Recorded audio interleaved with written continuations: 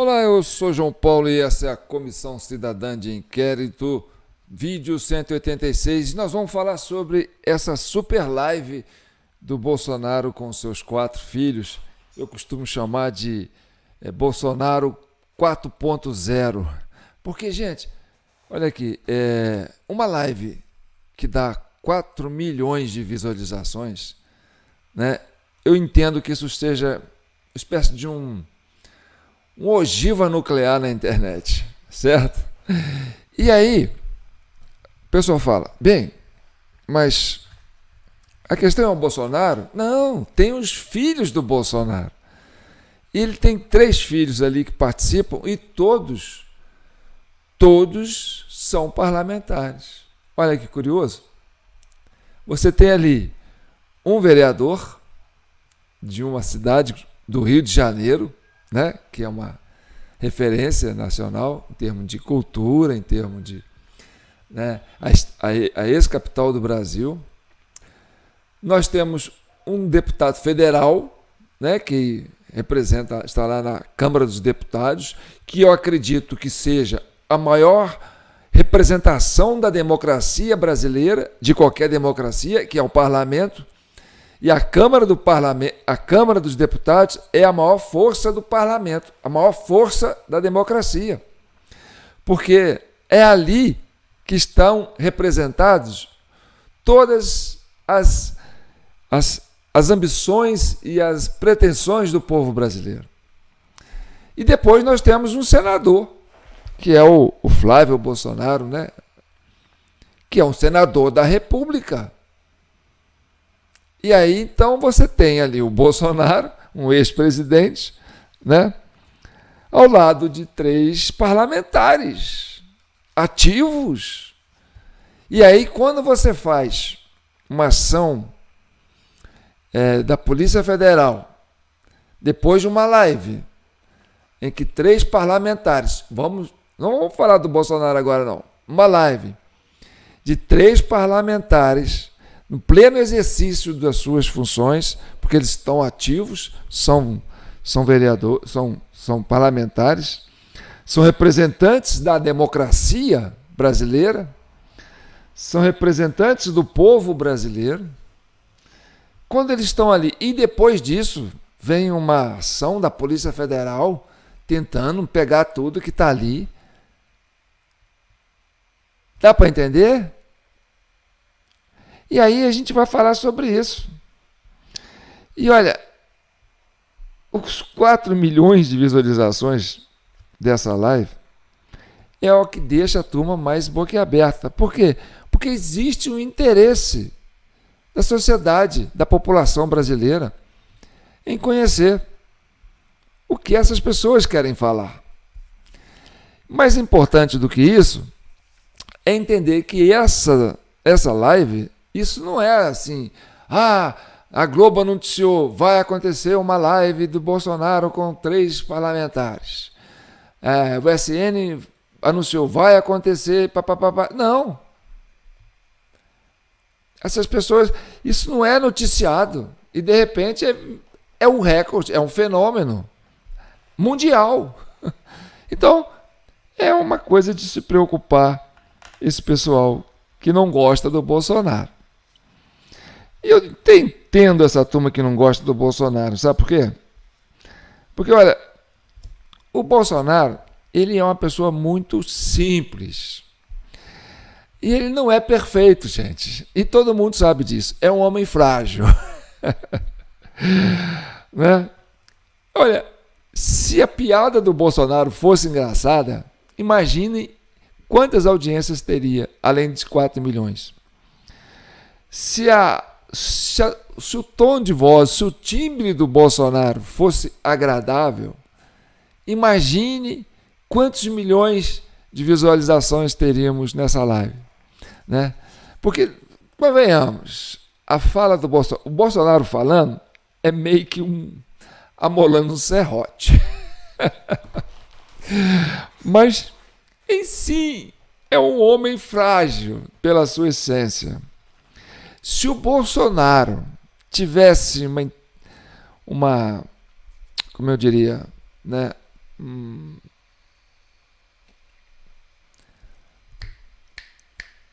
inteligência cognitiva, né? Se ele tivesse uma forma de se expressar, assim, associando as ideias dele, né, de forma inteligente, né?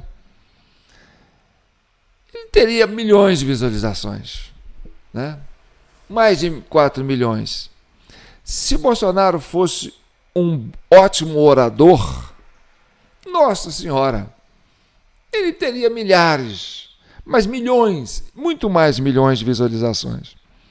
Mas enfim, tirando todos esses defeitos do Bolsonaro, né, da sua piada que é um pouco sem graça, da sua fala que é um pouco, né, amolando serrote, e aí eu entendo que essas pessoas falam, o homem não passa empatia, mas é isso que faz ele um homem frágil. Sabe, as mulheres têm uma percepção aguda de um homem frágil.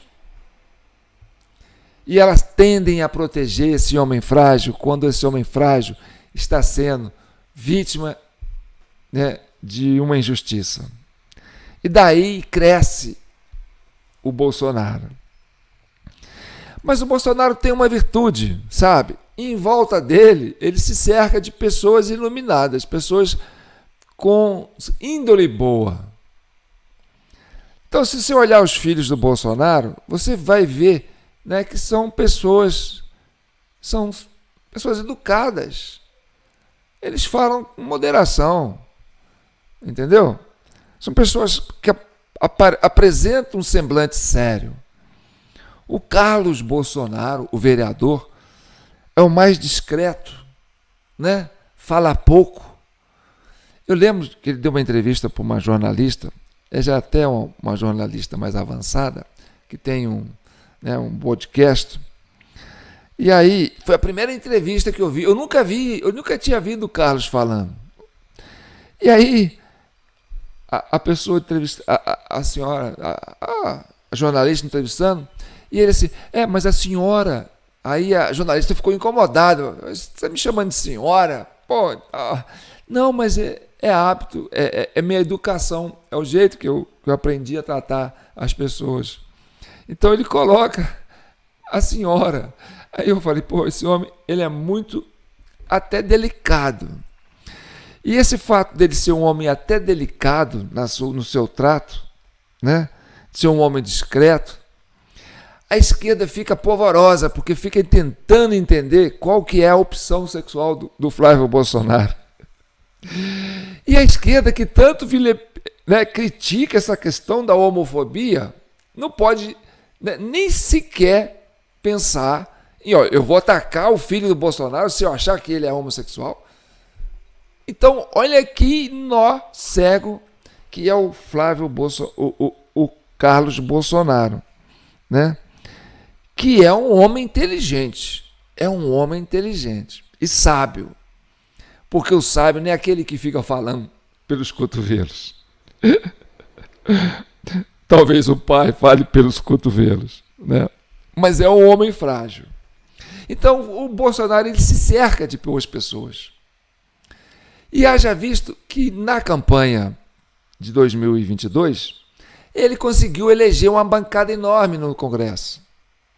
Conseguiu eleger governadores que eram ministro deles, senadores que eram ministro dele. Então, o Bolsonaro, ele, apesar de ser uma pessoa frágil, é uma pessoa de boa intenção e que se cerca de pessoas boas e que essas pessoas boas brilham depois. E aí você tem um contraponto com relação ao atual presidente, que é o seu antagônico, que todos aqueles que se cercaram dele, né, do Lula, né, em torno do Lula, as pessoas próximas ao Lula, a maioria, foram todos presos por corrupção. As pessoas foram se degradando, as pessoas próximas do Lula. Aí você põe Zé Disseu, Genuíno, você vai pôr o Palocci, coitado do Palocci, né? Foi preso, né? Você vai vendo. Então, os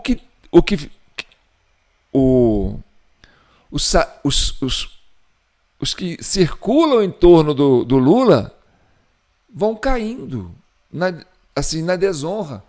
E os que circulam em torno do Bolsonaro vão sendo, né, elevados em termos morais, éticos e políticos. Os filhos do Bolsonaro todos viraram políticos, né? Pelo menos esses 3 aí que eu conheço, né? E são excelentes políticos. E aí você tem, onde estão os filhos do Lula? Então você tem esses contrapontos, entendeu? Que fazem com que a sociedade tenha uma leitura muito clara, né, da distinção entre essas duas figuras. Então, como eu disse, né, a motinha do Alexandre de Moraes, né, tá com o tanque na reserva e ele vai tentar avançando. E cada vez que ele avança... Então, o que aconteceu? Esse avanço da Polícia Federal injustificável após a live do Bolsonaro, né? E aí isso reverboriza, né? Esquece, não quero falar difícil não. Isso pipoca em todas as mídias, vira o assunto do momento, tudo. A live do Bolsonaro, não só o pessoal da esquerda, que todo mundo dá importância para isso. Será que é porque é importante mesmo? Ou será porque eles dão importância para isso? É só uma live. Vamos fazer uma live aqui para orientar os nossos patriotas, né, os nossos partidários. Né? Olha, nós temos eleições esse ano, vamos fazer prefeituras, vamos fazer Câmara de Vereadores. Então vamos fazer uma orientação para vocês. O PT faz isso toda hora. Por que não dão essa repercussão toda para o Partido dos Trabalhadores, que ficam tentando fazer essas lives de formação política? Mas o Bolsonaro vai fazer uma live de formação política para a sua base e BUM! Vira esse alvoroço, Polícia Federal e papapá, né?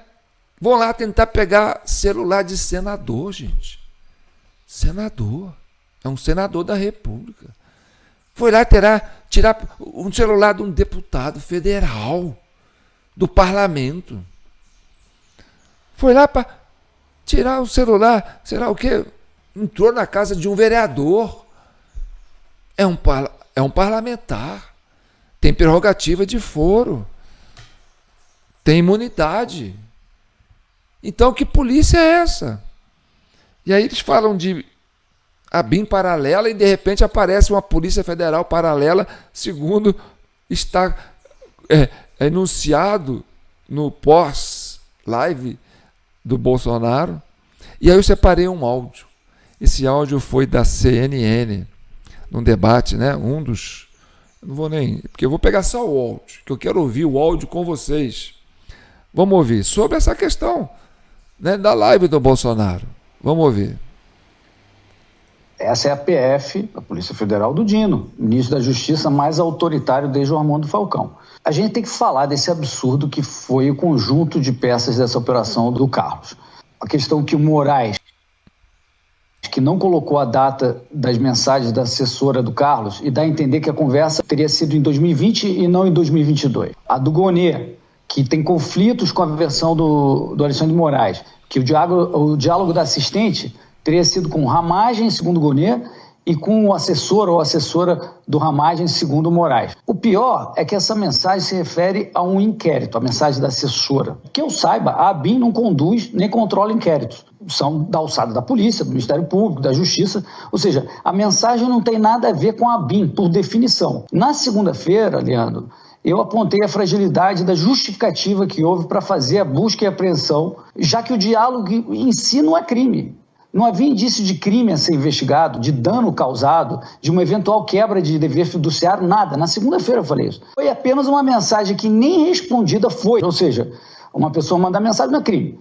Esse tipo de coisa dá razão ao Flávio Bolsonaro, tira toda a credibilidade da operação em cima do Carlos e evidencia o que alguns ainda teimam e não veem. Existe uma perseguição, sim, ao Jair Bolsonaro, à sua família, seus aliados, com o objetivo de enfraquecê-los politicamente. Já temos 1 ano de investigações pesadas, lupa em cima do ex-presidente Bolsonaro, principalmente a partir do Ministério do Dino, com a máquina na mão. E o que apareceu?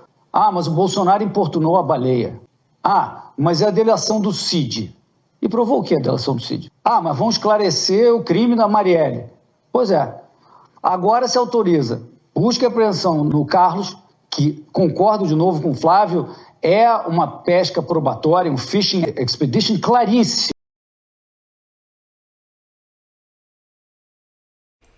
Então, voltando aqui, vocês entenderam? Então, o que acontece? O bolsonarismo fica na cabeça desses esquerdistas, entendeu?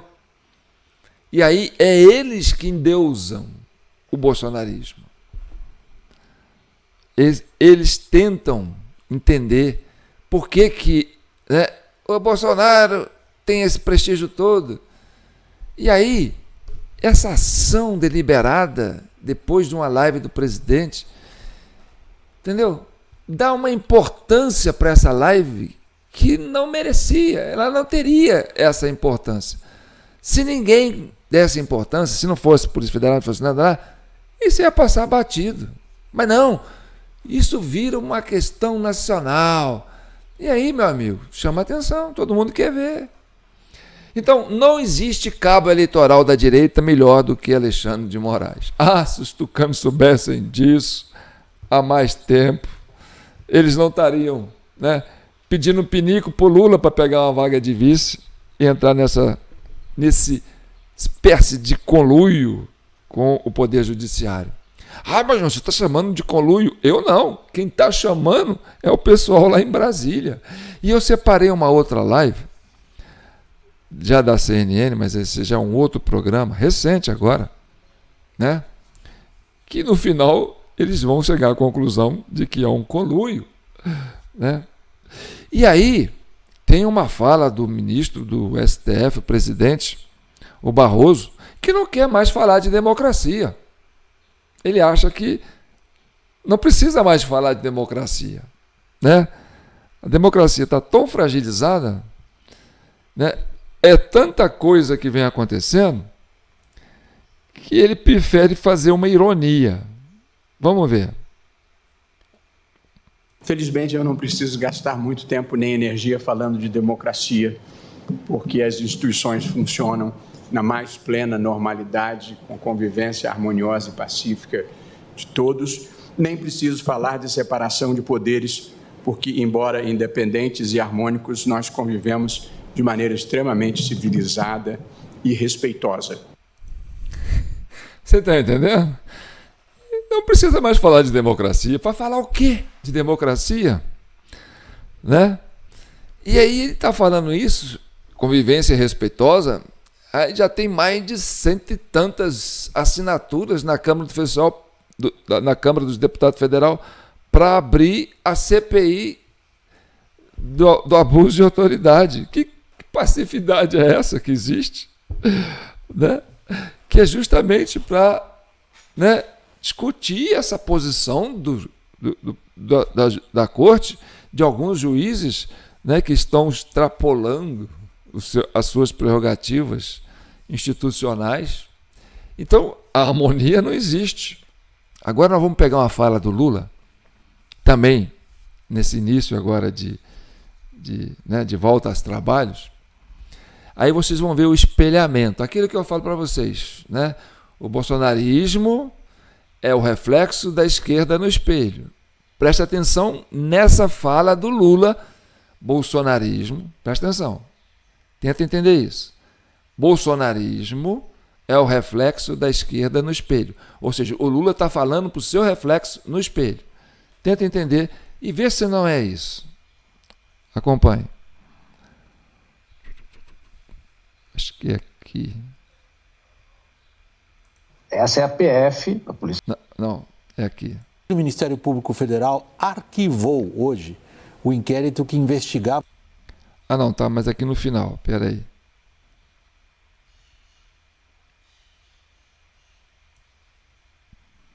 Peraí, que isso aqui é importante, gente.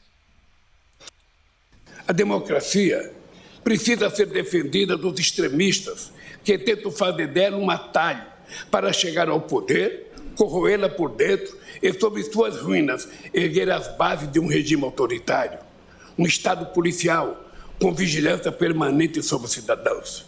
Nós não permitiremos. Você está entendendo? O bolsonarismo é o reflexo da esquerda no espelho. O que ele está falando? Ele está falando do reflexo dele no espelho. Nós não permitiremos no final. Entendeu? Então, é o que eles estão fazendo. Então ele faz, e aquilo que eles costumam falar, né? Acusa daquilo que a gente faz. Mas não, ele está falando do reflexo dele no espelho. Então, e aí, quando você fala em democracia, e aqui a Comissão Cidadã de Inquérito, ela é uma comissão cidadã. Por quê? Porque a gente defende a democracia, porque a gente tem como primazia o parlamento brasileiro, porque a gente tem como essência da democracia os nossos representantes na Câmara dos Deputados. Haja visto que, se na ausência do presidente e do vice, a terceira autoridade maior para assumir o poder executivo é o presidente da Câmara dos Deputados. Não é o presidente do Congresso, não é o Pachequinho. O Pachequinho é presidente do Congresso, o Senado está ali, ele é senador, mas o Senado é uma casa revisora, né?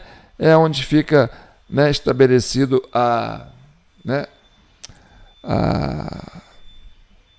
dos estados, né? A República, né? Federativa do Brasil. Mas a democracia, que a gente fica salivando para falar com vontade e com paixão, é a Câmara dos Deputados. São mais de 500 representantes do povo que estão ali. E ali é que se criam as leis. É ali que vem a vontade do povo. É ali que está a essência da democracia. Não é no Senado. Que é uma casa revisora da lei que é feita ali. Não é no Supremo, muito menos no Supremo, que no máximo fica balizando, né, o processo da legislação. E não é no Executivo, é lógico, o Executivo é um despachante da Câmara dos Deputados. Olha, faça isso. Faça aquilo. Então, é a Câmara dos Deputados. E aí, quando você fala que a democracia está fragilizada, eu digo sim. Por quê? Porque, olha, no dia 8 de janeiro, o presidente da Câmara dos Deputados, a terceira maior autoridade no país, e eu entendo que hoje seja a mais legítima, porque a eleição do Lula está sob suspeita, então você tem o presidente da Câmara dos Deputados, que é a pessoa mais legitimada hoje para assumir o controle do Executivo, em virtude, né, aquilo que eu venho falando para vocês, do nosso relatório do mesário pianista, né, que a Câmara dos Deputados é imune a essa ação do mesário pianista, portanto, eu identifico a Câmara dos Deputados ainda como a estrutura mais fortalecida da democracia. O resto, né, sofre uma ação do mesário pianista, tanto o Senado como o Executivo, e que compromete um pouco essas autoridades na sua essência. Então, há uma autoridade constituída hoje, dentro do plano democrático, é o presidente da Câmara dos Deputados. E aí, quem que é o presidente? É o Arthur Lira. E se você quer conhecer isso, entender isso, mande um Pix de R$20 a título de colaboração, tá certo? Para esse endereço aqui, ó, a nossa chave Pix é jpnoticias@gmail.com.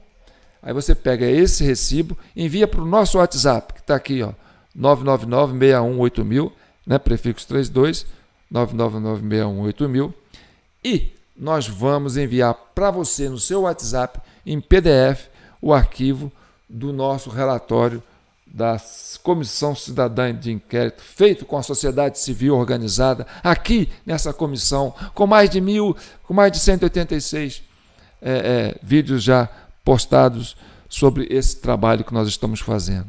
Porque a sociedade civil tem que se fazer representar, e de forma organizada. E nós estamos aqui, eu e vocês que curtem, que compartilham, que comentam e que mandam qualquer contribuição aí para a nossa chave Pix, para manter essa comissão ativa. Então é graças a vocês que essa comissão existe. A turma da oposição costuma falar aí, é o presidente de uma comissão de um homem só, é um presidente que não entrevista ninguém. Poxa, como não? Eu vivo trazendo as autoridades para falar aqui. O que mais temos aqui é a fala de outras pessoas. Eu só faço, né, um balanceamento do que as pessoas falam. Eu tenho aqui a posição de 4 ministros da Suprema Corte falando da existência do mesário pianista, do vício que acontece no processo eleitoral. Eles é que estão falando. E nós estamos aqui presidindo uma comissão que conta com o apoio dessas autoridades, do Alexandre de Moraes, do Flávio Dino, né, do Gilmar Mendes, que foi o cara que cunhou esse termo mesário pianista, do Dias Toffoli, que fala que a urna digital deixa rastros, então é através dos rastros que a gente chega na causa, do Barroso, ministro Barroso, que fala que o log da urna é onde você pode pegar e conhecer o problema da urna eletrônica. Se existe, vai estar ali no log. E a gente fez. E está no nosso relatório. E ele disse que é perfeitamente auditável. E nós auditamos. Então nós temos, na nossa comissão parlamentar de inquérito, a presença de 5 autoridades do Poder Judiciário que compõem essa comissão. Horas!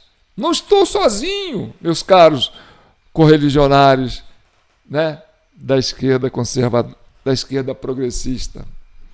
Estamos balizados, né, de argumentos sólidos, consistentes, feitos pelas próprias autoridades. E eu tenho o prazer de dizer e agradecer àqueles cidadãos de bem que entendem esse esforço nosso, desse velho camelô que devia estar lá na avenida, fazendo a sua informalidade, vivendo da informalidade, porque hoje nesse país, se você abre uma empresa, você vira inimigo do Estado, né? Porque o que eles estão pegando de empresários aí, entrando no WhatsApp, multando, pô, faça o favor, são os empresários, a classe produtiva que paga o salário dessa turma. Então a gente tem que entender dessa forma.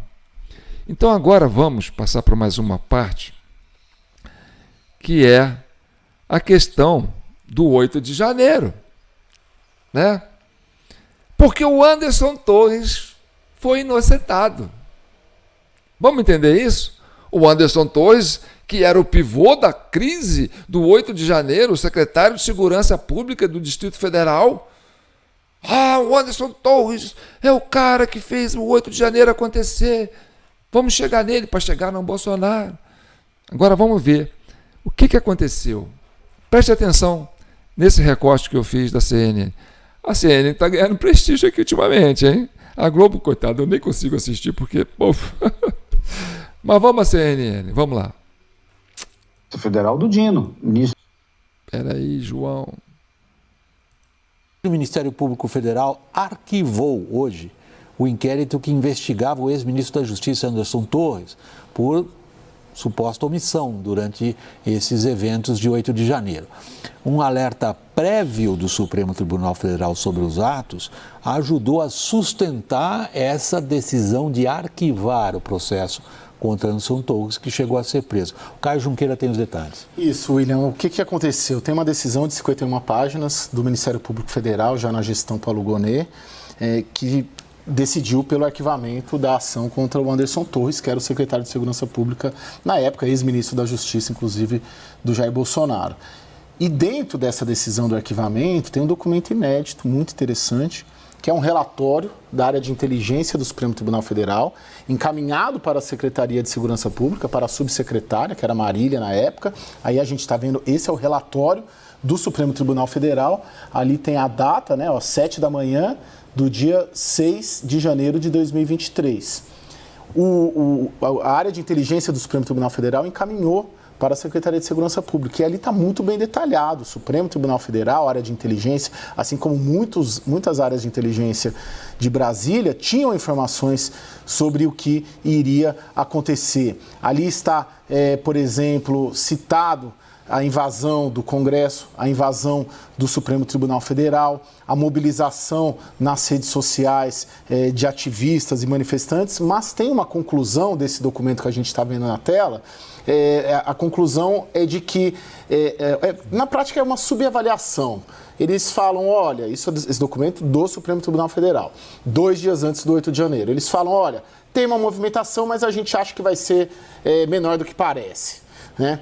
E aí é muito interessante porque um documento do mesmo Supremo Tribunal Federal que afastou e colocou na prisão por 4 meses, por ordem do Alexandre de Moraes, o Anderson Torres, é o documento que ajudou a embasar o arquivamento desse inquérito. Na prática, o que o Ministério Público Federal conclui é que, abre aspas, o grau de periculosidade avaliado pelas instituições naquele momento sobre o evento que ocorreria era dado como baixo, o que indica que os agentes de segurança foram surpreendidos com a alteração do ânimo dos manifestantes, o que impossibilitou um planejamento e execução mais efetivos no combate aos atos. Praticamente livrou o Anderson Torres aí, então. Exatamente. Carlos Melo, deixa eu trazer a conversa de novo para o âmbito político um pouco mais ampliado, independentemente do que você quiser observar a respeito desse arquivamento. Mas a minha pergunta a você vai na seguinte direção, Carlos. Há um entendimento em Brasília, nos círculos políticos em Brasília hoje, e se a gente usar as frases do presidente do Supremo Tribunal Federal nessa abertura do ano judiciário, agora há pouco, como nós mostramos, a gente talvez dê um significado um pouco irônico a ele, de uma grande convergência entre judiciário e executivo. Confere? William, a gente tem que avaliar o que é harmonia e o que é uma aproximação indevida. O que seria ali um conluio, não é? Viu? Não fui eu que falei, foi ele. Um conluio. Ele acabou de falar. O que é a percepção de Brasília, das autoridades, e aí o jornalista falou, né, o comentarista, que é um especialista, né, uma pessoa que está fazendo uma avaliação, um conluio entre o Executivo e o STF. E aí vocês entendem por que o Arthur Lira, que é o representante da democracia, o presidente da Câmara dos Deputados, o terceiro na ordem sucessora, por que ele não esteve presente nesse ato da volta lá, da retomada dos trabalhos e na posse lá do Lewandowski. Entendeu? E por que ele não teve nos atos do 8 de janeiro também, que foi celebrado lá, né? A democracia, sei lá o que eles dão o nome lá para essa democracia que eles estão dando lá. E por que no dia da apuração dos votos, que aí o Pachequinho e a Rosa Weber, né? Pachequinho, Congresso, e Rosa Weber, STF, sentou com o Alexandre de Moraes do TSE para anunciar quem ganhou as eleições. E o Arthur Lira foi chamado e não foi. Ele falou, eu prefiro ficar neutro. Essa foi a fala do Arthur Lira.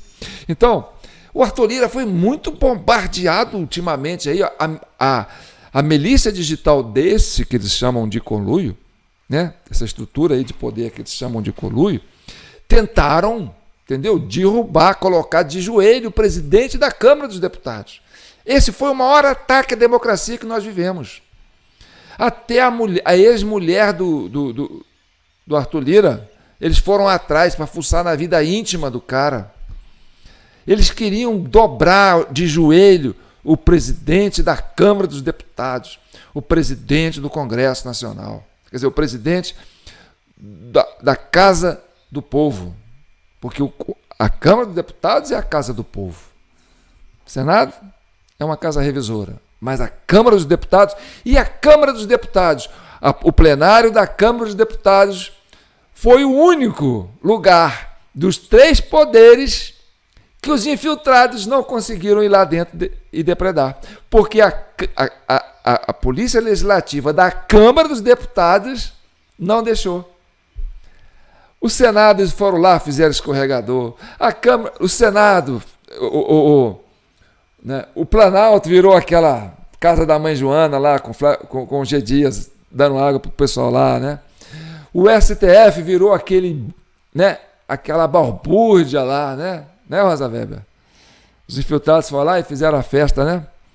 Mas no Congresso, eles entraram, mas o plenário da Câmara dos Deputados, que é a casa da democracia, a casa do povo, Arthur Lira não deixou. Então, meu filho, escreve o que eu estou dizendo. Arthur Lira está próximo de assumir o controle desse executivo aí por um período razoável, tá certo? Ah, mas o Arthur Lira... Não, eu não caio nessa, tá bom? Eu não caio nessa. Ah, mas o presidente do PL, o Valdemar Costa Neto, eu não caio nessa. Eu não caio nessa, tá bom?